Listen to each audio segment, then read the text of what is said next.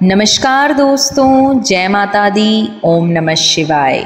आज हम पढ़ने जा रहे हैं सावन मास का 8वां अध्याय, बुधवार और बृहस्पतिवार व्रत की कथा। भगवान शंकर बोले, हे संत कुमार, अब मैं तुमसे पाप को हरने वाले बुध तथा बृहस्पति व्रत को बताता हूँ, जिन्हें श्रद्धा के साथ करने से प्राणी उत्तम सिद्धि को प्राप्त कर सकता है। ब्रह्मा जी ने चंद्रमा को ब्राह्मणों के राज्य स्थान पर अभिषिक्त किया था। किसी समय चंद्रमा की दृष्टि बृहस्पति की पत्नी तारा पर पड़ी। तारा रमणीय रूपलावण्य संपन्न स्त्री थी। चंद्रमा उसके रूपलावण्य वण्य पर मोहित हो काम के वश में हो गए। चंद्रमा ने देवताओं की गुरु पत्नी को जबरदस्ती अपने घर में रख लिया। कुछ काल पश्चात उससे एक पुत्र पैदा हुआ। पुत्र का नाम बुध रखा गया। बुध विद्वान, रूपवान तथा सर्वगुण संपन्न था। देवगुरु बृहस्पति अपनी पत्नी को खोजते हुए चंद्रमा के निवास पर पहुँचे। वहाँ उन्होंने अपनी पत्नी तारा को देखा। बृहस्पति चंद्रमा से बोले, तुमने गुरु पत्नी के साथ गमन किया है, इस पाप से तुम कैसे बचोगे? इस महापाप की ओर तुम्हारी बुद्धि कैसे प्रवृत्त हो गई? अब तुम चुपचाप मेरी पत्नी को मुझे लौटा दो और मुझे तुम इस पाप से बचने के लिए प्रायश्चित करो। यदि तुम ऐसा नहीं करते हो तो मैं तुम्हारी शिकायत इंद्र से करूँगा। बृहस्पति के कहने पर भी चंद्रमा उनकी पत्नी को लौटाने को तैयार नहीं हुआ, तो देवगुरु ने राजा इंद्र से चंद्रमा की शिकायत कर दी कि इसने मेरी पत्नी का अपहरण कर लिया है। हे इंद्र, आप देवराज हैं, आप चंद्रमा से कहकर मेरी पत्नी मुझे वापस दिलवाएं। ऐसा न करने पर चंद्रमा ने जो पाप किया है वह आपको लगेगा, क्योंकि राज्य का पाप शास्त्र के अनुसार राजा को ही भोगना पड़ता है। देवराज इंद्र ने चंद्रमा को बुलाया और उसे आज्ञा दी कि तुम देवगुरु बृहस्पति की पत्नी तारा को लौटा दो। किसी दूसरे की पत्नी के साथ गमन करने को पाप माना जाता है तथा गुरु पत्नी के साथ गमन करना महापाप है।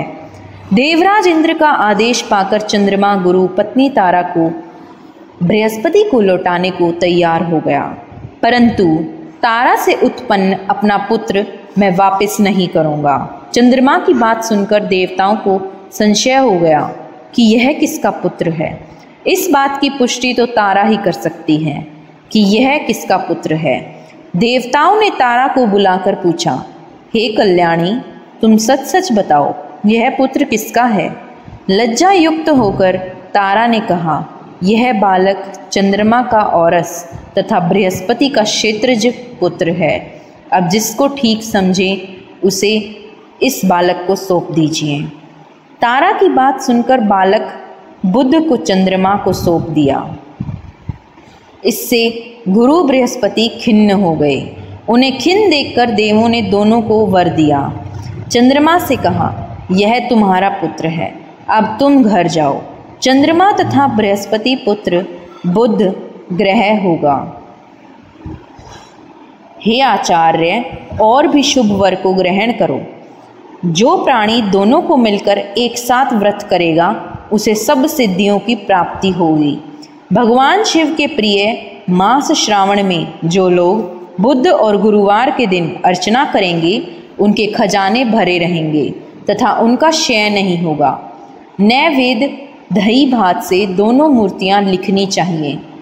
जो दोनों मूर्तियों को झूले पर रखकर अर्चन करता है वह दीर्घ आयु तथा संपूर्ण गुणों से युक्त पुत्र प्राप्त करता है। पाकशाला में लिखकर अर्चना करने से पाक वृद्धि और देवागर में लिखकर अर्चना करने से देव की दया होती है। सोने के कमर में लिखकर अर्चना करने से पत्नी का वियोग कभी नहीं होता। इस प्रकार यथास्थान पर उसका फल प्राप्त होता है। 7 वर्ष तक व्रत करने के पश्चात उसका उद्यापन करना चाहिए। उद्यापन में पहले रात में जागरण करें। सोने की प्रतिमा का निर्माण कर विधि पूर्वक अर्चन करें। षोडश उपचार द्वारा अर्चना कर हवन करें। तिल, घी तथा खीर प्रज्वलित अग्नि में देनी चाहिए। चिंचड़ा तथा पीपल की समिधाओं से हवन करके पूर्णाहुति डालनी चाहिए। इसके बाद मामा भांजे को भोजन कराकर अन्य ब्राह्मणों को भोजन कराना चाहिए। ब्राह्मणों को दक्षिणा देकर उन्हें हाथ जोड़कर विदा करने के बाद स्वयं भोजन करना चाहिए। इस प्रकार 7 वर्ष तक व्रत करने वाला प्राणी सब इच्छाओं को प्राप्त कर लेता है। जो विद्या की कामना करता है उसे विद्या की प्राप्ति होती है। वह वेदों और शास्त्रों का मर्म जान लेता है। उसे बुद्ध ज्ञान एवं गुरु बृहस्पति गुरुता प्रदान करते हैं।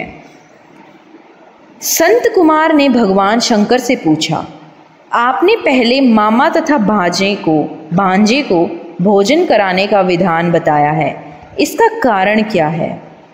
भगवान शंकर ने कहा, हे संत कुमार, पहले समय में मामा और भांजा दोनों दरिद्र थे। एक दिन दोनों भोजन के लिए घूमते घूमते एक सुंदर नगर में पहुंच गए। उन्होंने वहां प्रत्येक मकान में श्रावण के महीने में प्रत्येक वार का व्रत करते लोगों को देखा, परंतु बुध और बृहस्पति का व्रत करते कहीं नहीं देखा। दोनों मामा भांजे ने बहुत समय तक आपस में विचार किया कि सब जगह सूर्य और अन्य वारों का व्रत तो हो रहा है, परंतु बुध और गुरु का व्रत देखने को कहीं नहीं मिला। अतः हम दोनों बुध और गुरु का व्रत करें तो अच्छा रहेगा, क्योंकि अभी तक किसी ने भी इन दोनों वारों का व्रत किया ही नहीं है। यह अनुष्ठित व्रत है, इसे हम करेंगे। लेकिन विधि विधान न जानने के कारण दोनों संशय में पड़ गए। तब रात्रि में उन्हें विधि विधान का स्वप्न में पता चल गया। स्वप्न से ज्ञात विधि द्वारा दोनों ने इस व्रत को किया। व्रत करने से वे धन धान्य से संपन्न हो गए। 7 वर्ष तक दोनों मामा भांजे व्रत को करते रहे और वे पुत्र पौत्र धन संपाद आदि से संपन्न हो गए। बुद्ध और गुरु ने प्रत्येक दर्शन देकर उन दोनों को वर दिया कि आप लोगों ने हमारे व्रत का सुविचार किया। आज से जो भी इस व्रत को करेगा और मामा भांजे को पहले भोजन कराएगा, वह उत्तम सिद्धियों को प्राप्त करेगा। धन्यवाद दोस्तों। आशा करती हूँ सावन मास का ये 8वां अध्याय आप सभी को पसंद आया होगा। ऐसी और वीडियोस के लिए चैनल को सब्सक्राइब और वीडियो को लाइक करें। धन्यवाद।